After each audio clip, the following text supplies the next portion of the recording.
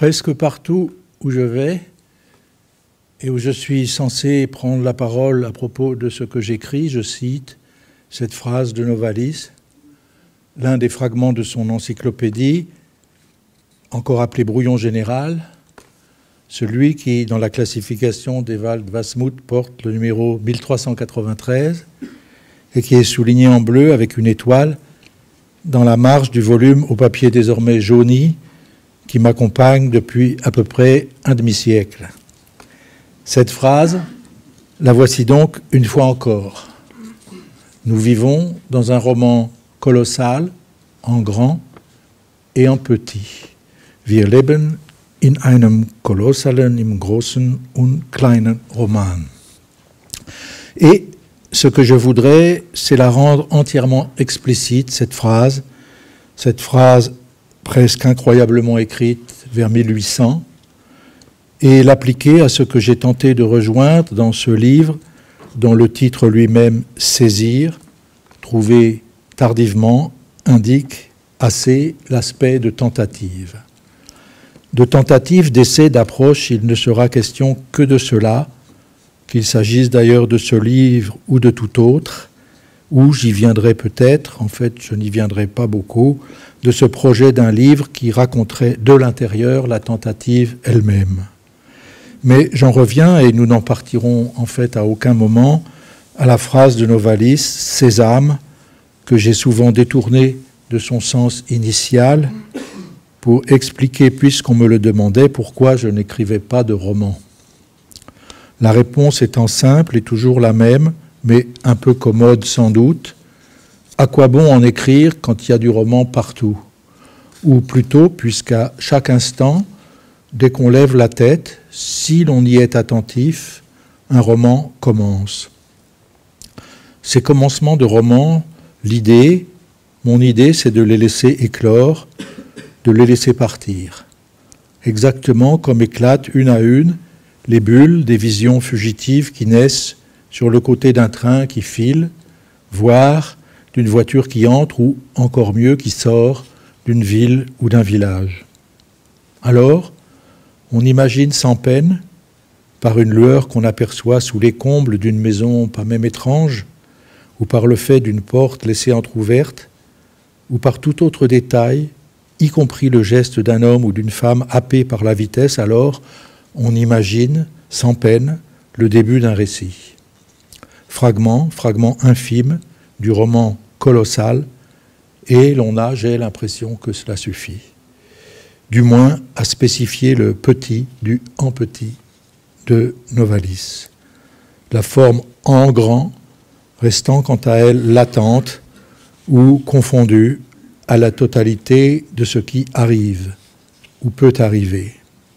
Le vertige du monde, le vertige qu'il y ait monde, et qu'à chaque instant cela nous soit rappelé. Tous ces rappels constituant le matériau avec lequel le colossal ou l'immense fabriquent leur possibilité, la suspendant comme une ouverture et une menace sur chaque instant justement, et de telle manière que s'ensuit non un cortège joyeux ou un livre d'heures bien tenu, mais une tresse extraordinairement enchevêtrée, où l'effectué et le possible, ce qui a eu lieu et ce qui a été rêvé, ce qui se précipite et ce qui prend son temps, se croisent et se recroisent sans fin, chacun d'entre nous étant comme un cheveu de cette tresse que le temps simultanément emmêle, démêle, décoiffe, recoiffe. Prêter sa main au travail du temps, le ralentir, faire revenir ce qu'il a englouti, cocher les passages, étudier les remous. C'est ainsi qu'on pourrait caractériser le travail, et il s'applique à peu près à tous les domaines, à toutes les époques, d'où le vertige. C'est pourquoi une forme de bonheur survient lorsque quelque chose se noue de soi-même, lorsque les motifs s'allient et que l'on peut, via ces nouages, envisager une livraison possible, un rassemblement, un livre. Pas forcément quelque chose de compact, mais un groupage de feuilles quand même lié par une intention traversante. Pour saisir, l'indicatif du rassemblement aura été un territoire, celui du pays de Galles, Wales, via une superposition d'entrées, 4 histoires ou 4 fils que j'ai tirés et extraits de la tresse, ou plutôt de la pelote, 4 parmi tant d'autres, y compris gallois, mais qui ensemble et séparément, en grand et en petit, faisaient trembler le motif que le titre finalement trouvé rassemble. Wales, Wales x 4, pendant longtemps aura été ce titre. J'aimais sa simplicité, son caractère de plaque minéralogique un peu arrogante et le fait qu'il n'était guère parlant. Mais l'on m'a convaincu d'en trouver un autre qui serait parlant justement, et celui que j'ai trouvé, sans l'être énormément, l'est quand même un peu, c'est vrai, un peu plus. Mais qu'importe, une fois lancé, il faut qu'il vive. Ici, je ne sais pourquoi, je vois un poisson vif-argent sauter hors de l'eau. Oui, un titre, ce devrait être un tel saut, puis les mots qui le forment retombant ensuite dans le fleuve. 4 histoires donc, et chacune d'entre elles, une piste. Et la plus immédiate, celle d'un destin, d'une traversée, d'une aventure.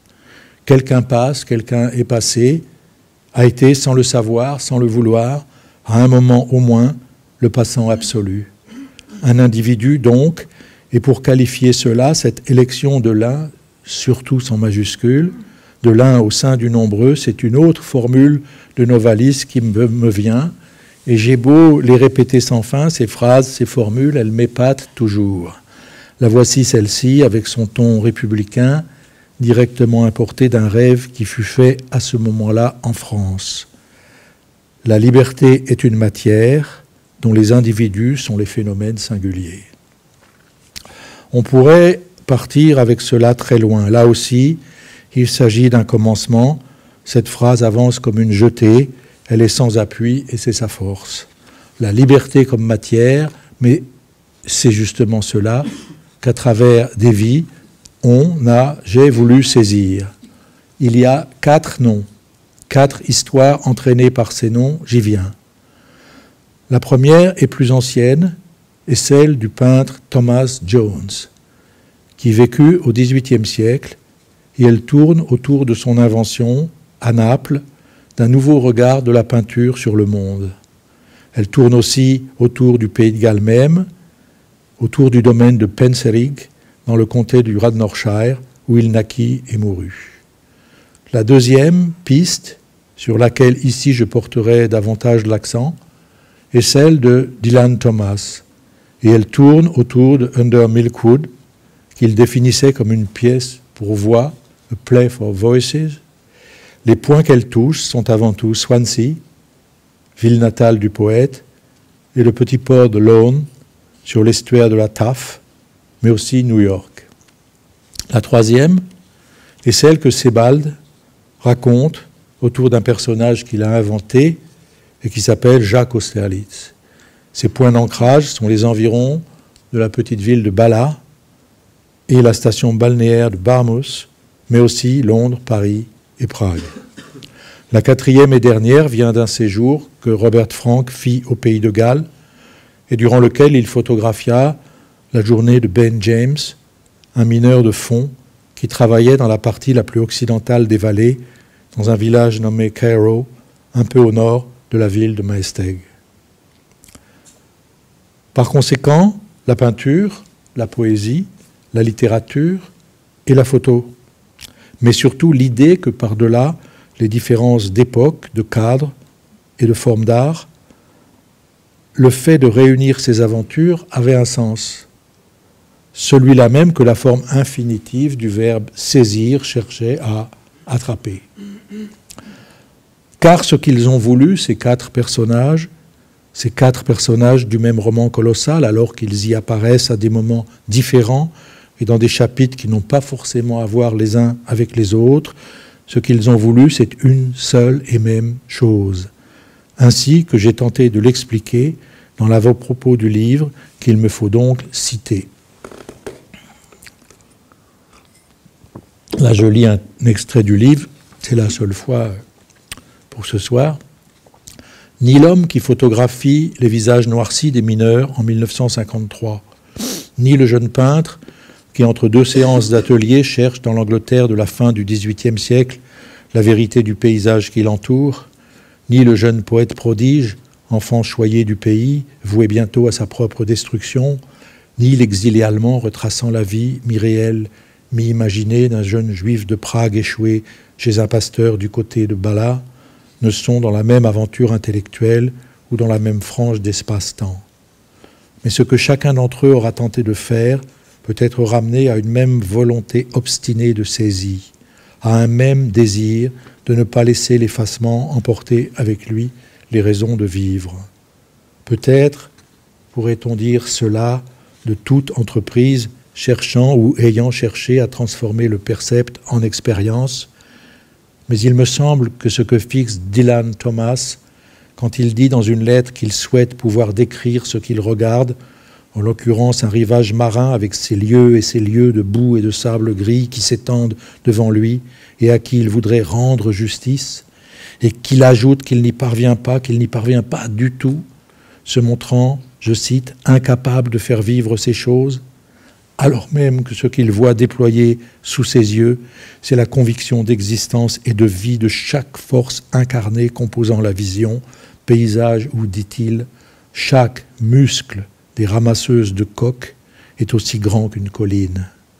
Il me semble, oui, qu'un tel programme, avec des différences d'accent sans doute, aura été aussi celui de Thomas Jones errant déçu dans les rues de Londres ou de Rome, et qu'on pourrait dire aussi que de façon peut-être moins exaltée et plus sobre, il rejoint l'effort par lequel Sebald, à travers d'imaginaires souvenirs, a cherché à rendre consistant tout un jeu d'ombres mouvantes et presque enfouies, dans une proximité d'ailleurs très grande à ce qui se révèle du monde à travers la photographie.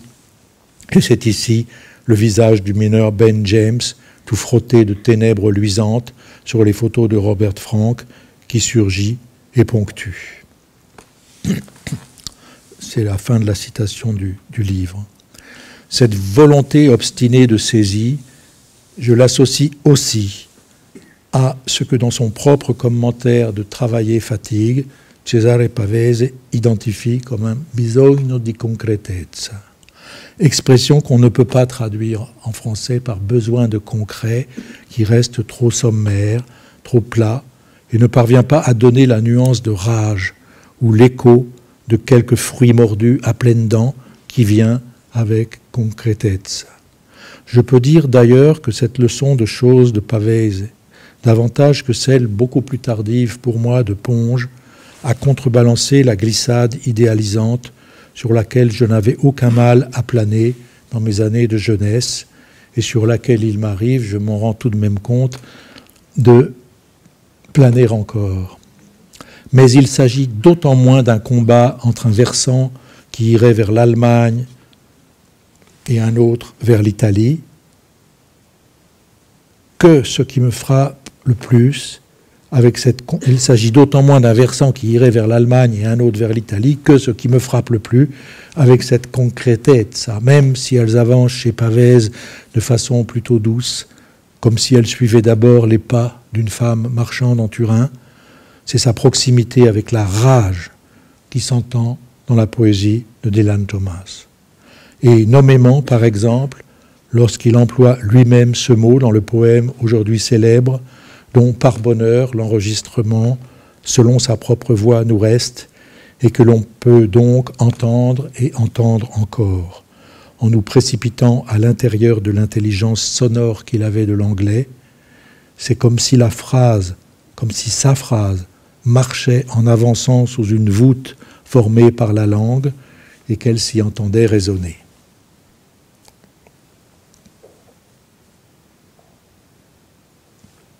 Do not go gentle into that good night. Old age should burn and rave at close of day. Rage, rage against the dying of the light. The wise men at their end know dark is right, because their words had forked no lightning, they do not go gentle into that good night. Good men the last wave by, crying how bright their frail deeds might have danced in a green bay. Rage, rage against the dying of the light. Wild men who caught and sang the sun in flight, and learned too late they grieved it on its way, do not go gentle into that good night. Grave men near death, who see with blinding sight, blind eyes could blaze like meteors and be gay. Rage, rage against the dying of the light. And you, my father, there on the sad height, curse, bless me now with your fierce tears, I pray.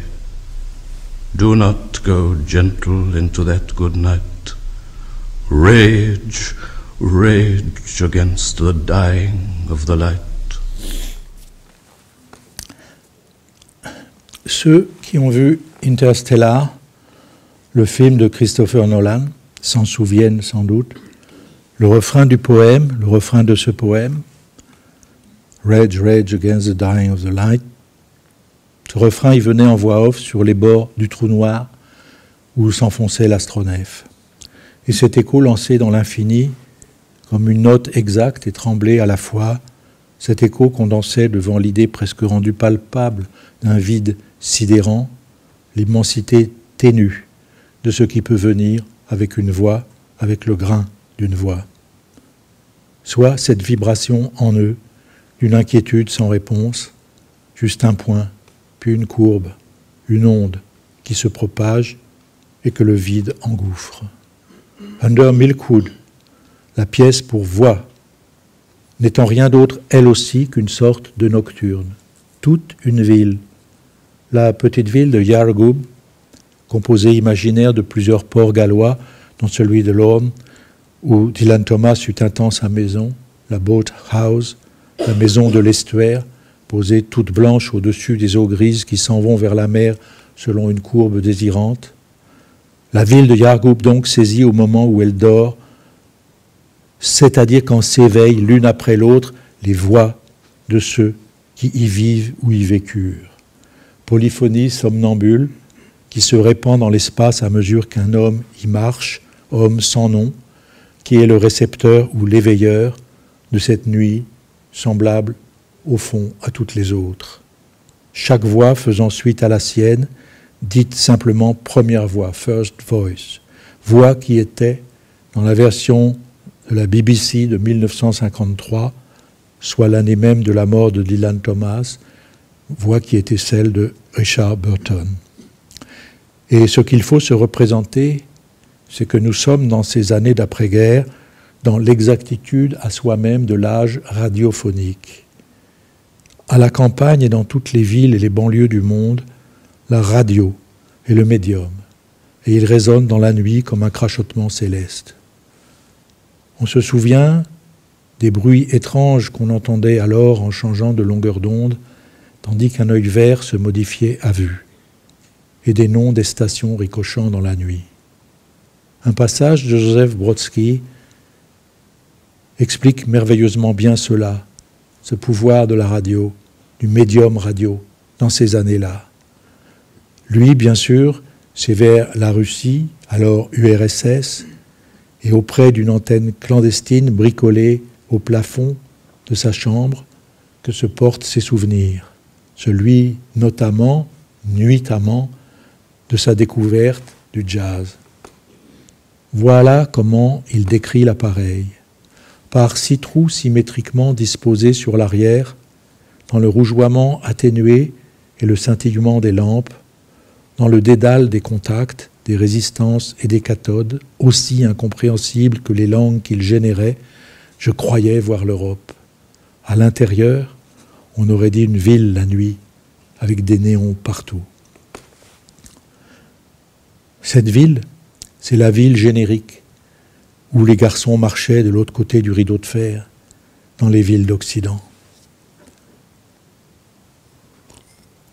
On les entend encore, et c'était par exemple à Swansea, avec peut-être moins de néons que dans l'idée que pouvait s'en faire un jeune garçon russe, et même une fois sans néo aucun, sans lumière, c'était pendant la guerre, juste après le Blitz.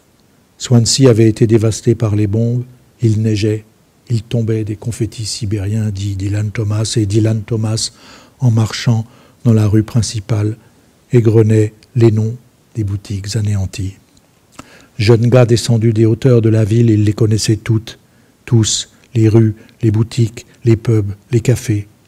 Une seule rue, aujourd'hui, est intacte. Elle s'appelle Wynn Street. Cette façon de marcher et d'éveiller les noms en marchant, c'est le leitmotiv ou la structure portante du bois lacté. J'y viens. Il faut y venir.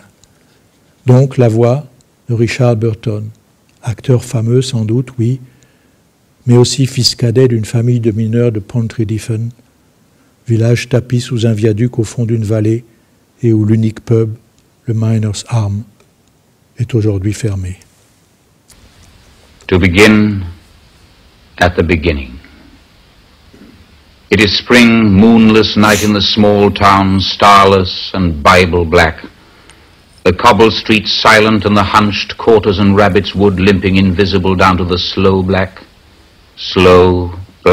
crow black, fishing boat bobbing sea. The houses are blind as moles, though moles see fine tonight in the snouting velvet dingles, or blind as Captain Cat, there in the muffled middle by the pump and the town clock, the shops in mourning, the welfare hall in widow's weeds, and all the people of the lulled and dumbfound town are sleeping now. Hush, the babies are sleeping. The farmers, the fishers, the tradesmen and pensioners, cobbler, schoolteacher, postman and publican, the undertaker and the fancy woman, drunkard, dressmaker, preacher, policeman, the web-foot cockle women, and the tidy wives. Young girls lie bedded soft or glide in their dreams with rings and trousseau, bridesmaided by glowworms down the aisles of the organ-playing wood. The boys are dreaming wicked, or of the bucking ranches of the night on the jolly Rogered Sea, and the anthracite statues of the horses sleep in the fields, and the cows in the byres, and the dogs in the wet-nosed yards, and the cats nap in the slant corners, or lope sly, streaking and needling on the one cloud of the roofs. You can hear the dew falling, and the hushed town breathing. Only your eyes are unclosed to see the black and folded town fast and slow asleep. And you alone can hear the invisible starfall, the darkest... Telle est la jetée, la jonchée. C'est aussi tout un monde. Les voix sont des noms et les noms ont des voix. Il y en a de toutes sortes et c'est comme une émulsion. Langage venu de ou passé par Joyce, en même temps que d'un fond narratif très ancien, mais qui prend aussi via le chant des tournures de rengaine. La chanson de l'une des voix, la chanson de Polly Garter par exemple, la chanson du Little Willie Wee, telle qu'elle s'élève dans Yargoup, la capitale du crépuscule, et telle aussi qu'on peut la chanter au-delà et même de notre temps comme dans la version plutôt bienvenue de Bonnie Tyler. Chanteuse à la voix cassée, une façon de Rod Stewart féminin, a-t-on dit, peu importe. Ils sont d'ailleurs bien oubliés aujourd'hui l'un et l'autre. Mais voilà, je voulais ce son aussi. Pour moi d'ailleurs, celui d'un samedi soir à Cardiff, ce serait trop long à raconter. J'indique simplement que ce qu'on doit voir à travers le chant, ce sont les lampes des postes de radio de ce temps-là, quand il neigeait sur Swansea et quand Far Away From Home, Dylan Thomas sombrait dans les tavernes, à commencer par celle qu'il fréquenta les derniers jours de sa vie à New York, la White Horse Tavern sur Hudson Street, qui existe toujours, inchangée, et c'est un fameux vent que celui qui s'enroule venu d'elle et qui remonte Wynn Street de l'autre côté de l'océan, là où Rosie Probert chantait. Now when farmers' boys on the first fair day come down from the hills to drink and be gay, before the sun sinks and lie there in their arms, for they're good bad boys from the lonely farm. But I always think as we tumble into bed of little Willie Wee who is dead, dead, dead.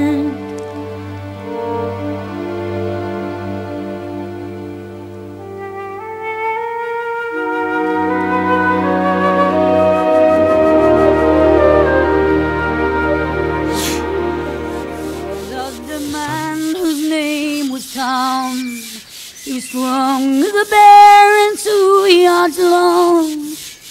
I loved a man whose name was Dick.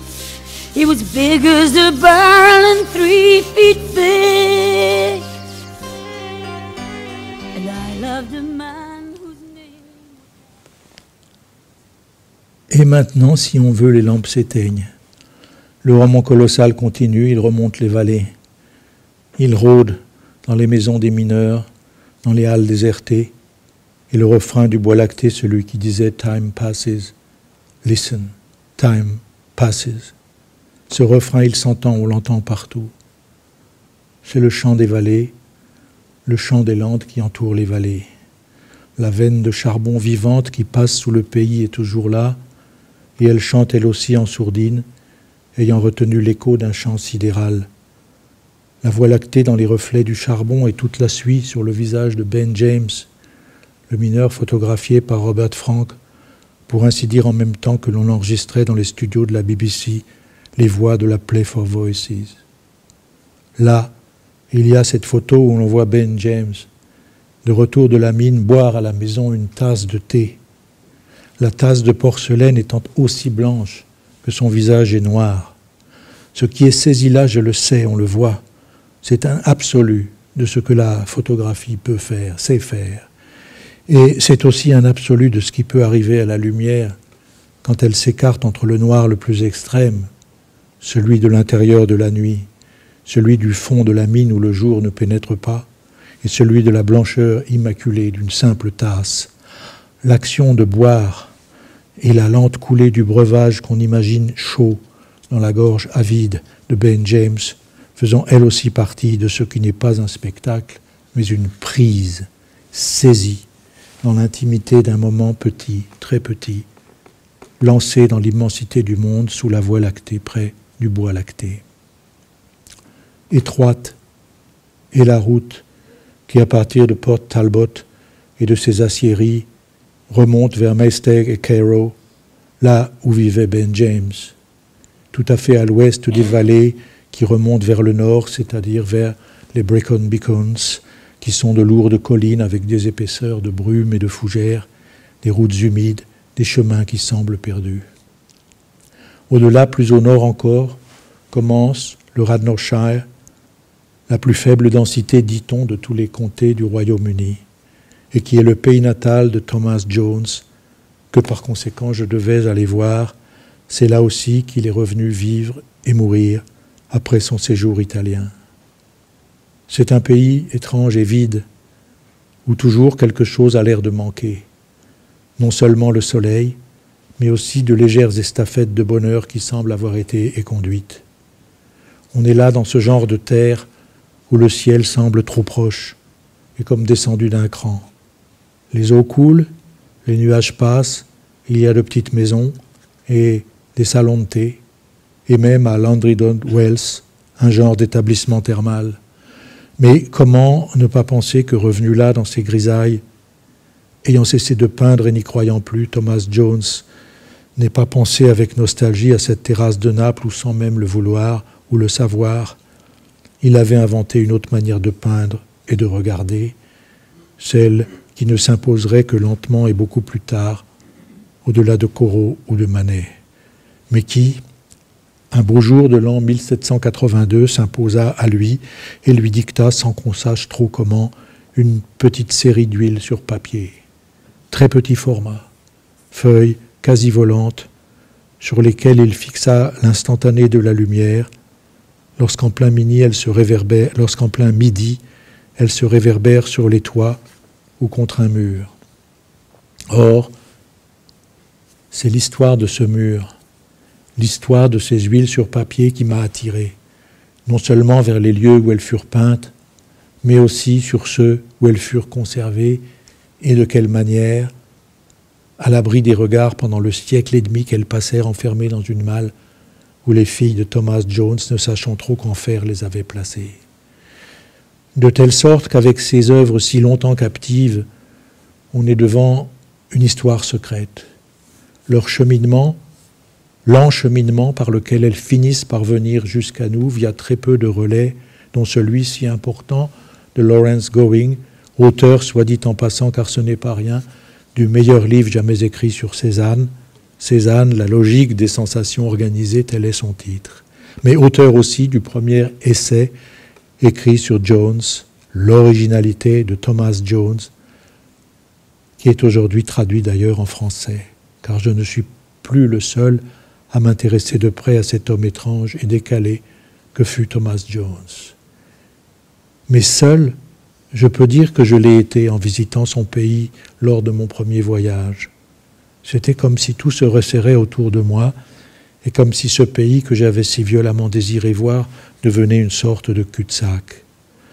Il n'y a peut-être que dans les rues toboggans de Swansea ou au bord de la mer à Pembroke, Pendine ou Mumbles que je retrouvais un peu d'allant.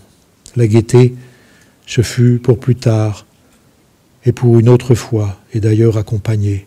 Mais de cela, je ne veux parler qu'en évoquant le pont sur la Mavdach et la lumière, cette fois vraiment marine, de Barmouth, soit cette fenêtre qui s'ouvre dans le livre de Sebald pour le jeune Jacques Austerlitz, lorsque par l'entremise d'une invitation faite par l'un de ses camarades, il débouche en plein paradis.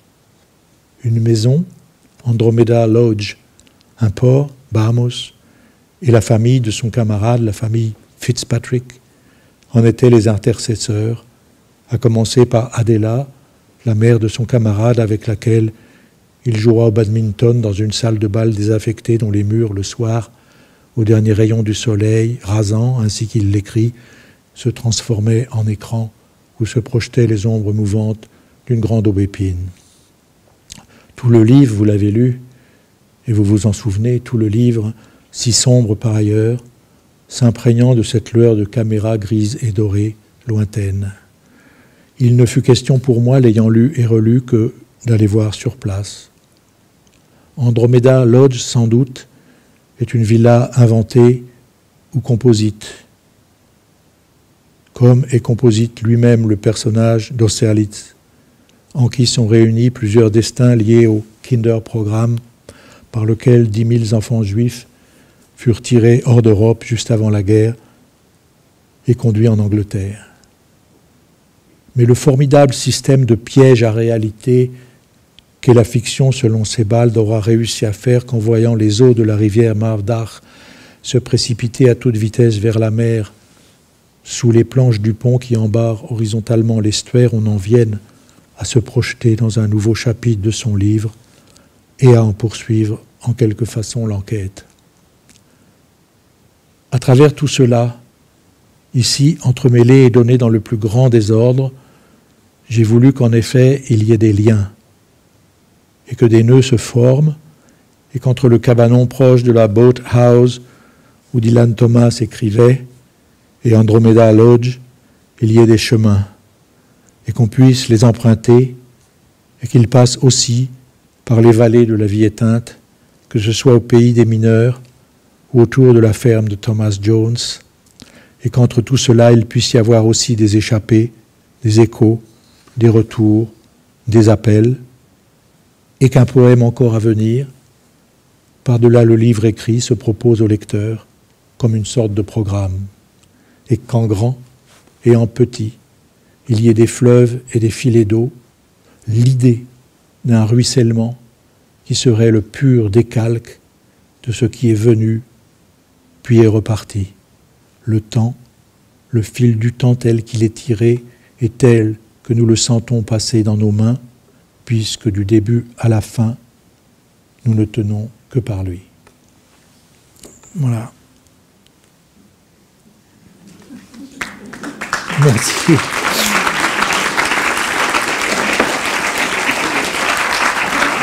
Voilà.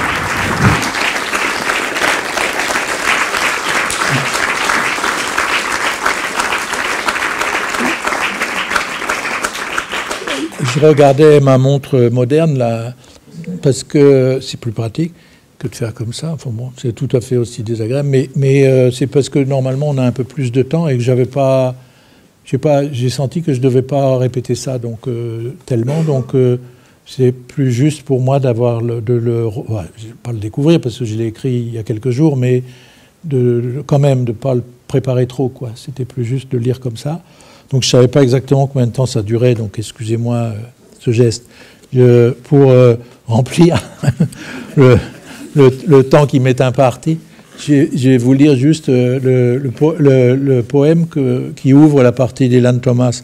C'est un poème que j'ai écrit il y a pas mal d'années quand même, puisque ça, je ne raconte pas tout dans ce que je vous ai lu là, mais à un moment, André Dimanche, l'éditeur, m'avait demandé de préfacer une édition sonore de l'émission de l'atelier de création radiophonique, la grande époque de France Culture, Alain Trutat, tout ça.